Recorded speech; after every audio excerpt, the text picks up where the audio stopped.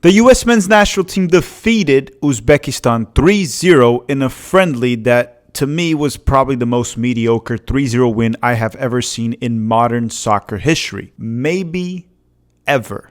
Hi, I'm Filippo, and welcome to the 7 Things We Learned series, where every single day following a U.S. men's national team match, I tell you 7 things that I learned. And you can tell me in the comment section, what did you learn from United States 3, Uzbekistan 0? And I guess one thing you should have learned by now is where Uzbekistan is located in a map, because soccer fans are very good in geography. So right now, get a map and point to Uzbekistan if you can. That's probably one of the lessons that you learned. Another lesson is that we need this video to hit 1,000 likes for absolutely no reason.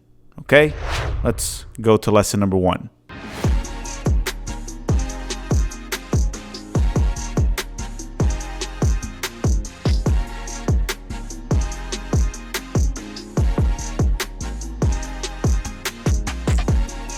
Lesson number 1 is Burhalter Ball is back, baby. Yes, it is. If there's one game that could define what Burhalter Ball looks like, it was this one. And as much as you might think I'm excited about it, I am not, even though I did sound excited with that presentation, but that was all just sarcasm. It's always the same. A 4-3-3 with no creativity, uninspiring.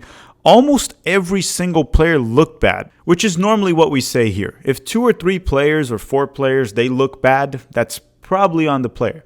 When the entire team looks bad, including the subs, it's probably the coach. Also, did I mention crosses? I mean, that's what Burhalter Ball is. Cross after cross after cross after cross. I mean, the U.S. men's national team was just whipping crosses left and right. That was the game plan. Cross after cross. At one moment, I wasn't even sure if we were actually playing Uzbekistan or trying to fight Satanism or Dracula. You get the point, because they don't like crosses. You get what I'm saying? Maybe. This game honestly reminded me of almost the entire 2022 cycle, and this 3-0 win was extremely misleading, as we scored 2 goals at a time when Uzbekistan was playing man down. I would even argue that Uzbekistan actually created better chances than the U.S. men's national team throughout the match. Again, Burhalter Ball is back, Gregg Berhalter is back, and it was exactly what we expected, and at least Borat might be happy with the 3-0 win. He doesn't like Uzbekistan, and I guess a win is a win, but it was terrible to watch, to say the least. Lesson number 2, and this might be a bit of an overreaction. We need to see more games, more data to actually come to this conclusion. But it looks like if Gio Reyna comes back to the U.S. men's national team, which I expect him to come back, Greg will probably call him at some point, even though it's a little bit too late at this point. But I guess never too late, as long as they get it resolved. Once he is back, Gio Reyna will probably be on the bench or as a right winger. Let me explain. Sure, we saw Malik Tillman play as a central attacking midfielder towards the final 10 minutes, sorta, but the way Burhalter set up the team and having Tenor Tessman replace Luca De La Torre when De La Torre went down with an injury instead of Malik Tillman playing as a 10, it just screams MMA midfield for the future, which is Musa, Adams, and Weston McKennie.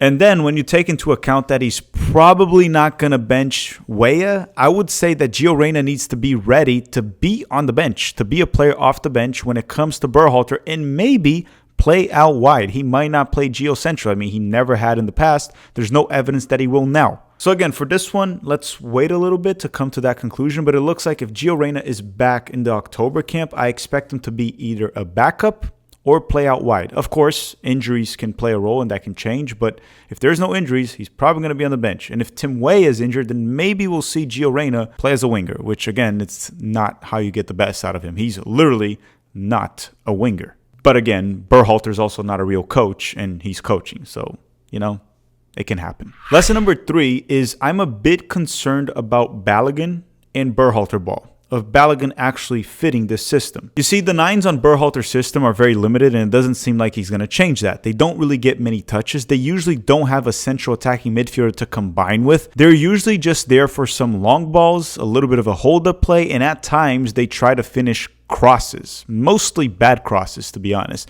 You don't really take advantage of Baligan's one-on-one ability that he can beat the defender on one-on-one situations, combination play, and the runs he makes in behind. But I also don't think he'll look good in this system ever. He looked good in Nations League when he played with a central attacking midfielder behind him, like Gio Reyna. He even got an assist. Gio Reyna assisted Baligan.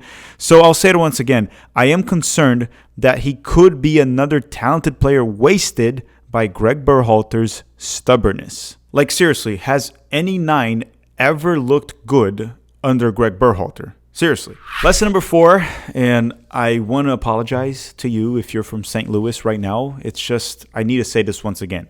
St. Louis is not the soccer capital of the United States right now. Maybe it was in the past, but it absolutely is not now.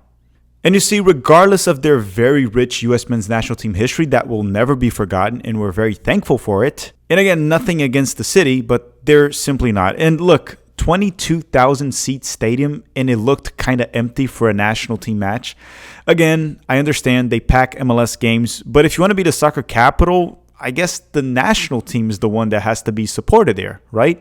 And it wasn't. I know tickets are not cheap, and I'm not forcing anyone to go watch the game. And I'm sure many of you watched it on TV, and also college football was on. And I understand that many of you probably don't want to watch Burhalter Ball. And we were playing Uzbekistan. That's a terrible team. But again, 22,000 seats is not that much. And it was a Saturday afternoon, or what was it, like at 5 p.m. there probably. It should have been packed, and it wasn't. And just to make it clear, I mainly blame U.S. soccer. Burhalter Ball, expensive tickets, Uzbekistan, so there's that too. So I'm not really blaming St. Louis by any means, but just don't call it the soccer capital of the United States. It's not. It's a hill that I'm willing to die on, and I will die on this hill.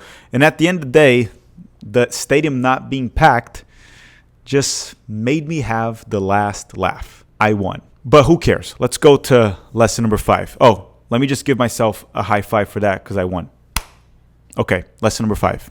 Lesson number 5 is a quick one. Just take lower league performances or second division performances with a grain of salt. Look at Tanner Tessman. He looked very much out of place despite being a standout player in the second division of Italy. That's why in the Abroad series, and I've been saying this in streams, when people were hyping up Tanner Tessman, I said, let's wait and see. He's playing the second division of Italy, which is worse than Major League Soccer. And, you know, the passing range wasn't there. Poor touch. Looked very awkward on the ball. Defensively was kind of meh. It just didn't really look like a U.S. men's national team player. I'm sure Tanner Tessman will get more chances. Talented guy, athletic guy. Just didn't really look good. And since I'm talking about Tanner Tessman, let's have that lead to lesson number 6, because I'm going to talk about the 6th position in the U.S. men's national team, the central defensive midfielder.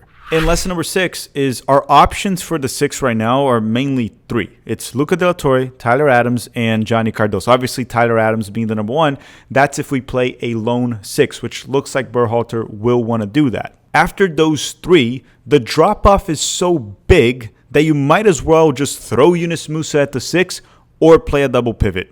It's really not worth persisting on players like Aiden Morris, Tanner Tessman, in my opinion. And obviously, look at this. I'm not even going to mention Kellan Acosta. That ship has sailed. So it's Johnny, Tyler, and Luca De La Torre. And after that, you either throw Musa there or just change the formation. The drop-off is way too big. Lesson number 7 and the last one, because I'm kind of running out of lessons at this point. And it's just that I'm done calling it Burhalter Ball, I think. You see, I don't think Burhalter really deserves a system named after him. That seems like something that would be very prestigious, and I don't think he's earned that. So I'm just going to call the way he plays Melatonin Ball, because it puts us to sleep, unless you're doing a live stream and you have to stay awake. But it will literally put multiple people to sleep. Like billions of people will go to sleep if they watch Burhalter Ball. If you have insomnia, just go watch Burhalter Ball. It works better than melatonin, or actually not Burhalter Ball. Melatonin Ball. Hopefully I remember that. I might forget and call it Burhalter Ball again, but you get the point. Thank you very much for watching, everyone. Drop a like before you go, or don't, and let me know what did you learn from United States 3, Uzbekistan 0 on Tuesday. We'll be doing a live watch along for United States versus Oman. It's probably going to suck, but we're going to watch it anyway. Thanks for watching, and have a great day.